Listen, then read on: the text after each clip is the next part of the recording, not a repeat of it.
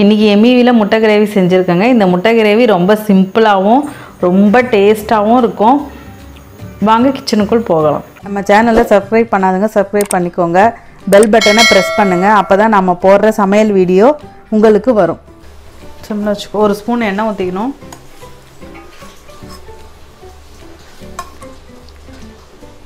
மஞ்சத்தூள் ஒரு சிட்டிகை போட்டுக்கணும்.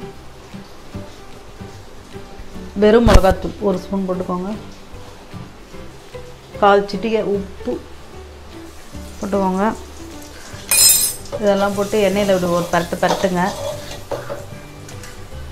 ஏற்கனவே நான் 4 முட்டை இந்த மாதிரி அவிச்சி உப்பு போட்டு அவிச்சி இந்த மாதிரி கட் பண்ணி வச்சுருக்கேன் கீனி. அதை போட்டு வறுத்து எடுத்துக்கோங்க.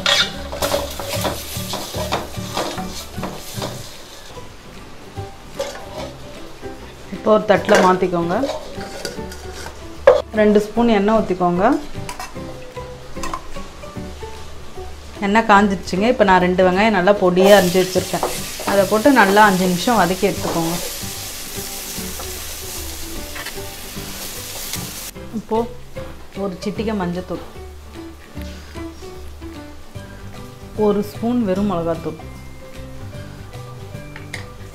1 ஸ்பூன் தனியாத்தூள், 1 ஸ்பூன் கரம் மசாலா, 1/2 ஸ்பூன் சீரகத்தூள், உப்பு 1 ஸ்பூன். இதெல்லாம் நல்லா வதக்கிக்கோங்க. 150 கிராம் தயிர்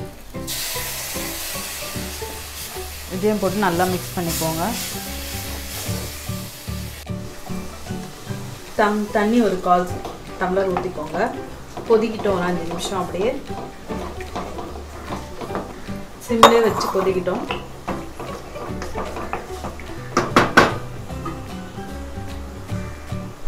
நல்லா தொக்கு பச்சை ஸ்மெல்லாம் கொச்சிருச்சுங்க. இந்த டைமில் நம்ம இந்த முட்டையை போட்டுருவோம். இந்த முட்டையை நல்லா போட்டு பரட்டிட்டு ஒரு 5 நிமிஷம் முட்டையை போட்டு வேகட்டும். கொத்தமல்லி நல்லா பொடியாக அரிஞ்சு வச்சுருக்கேன். நல்லா கிளறி விட்டுக்கோங்க. முட்டை போட்டு ஒரு 5 நிமிஷம் ஆகட்டும்.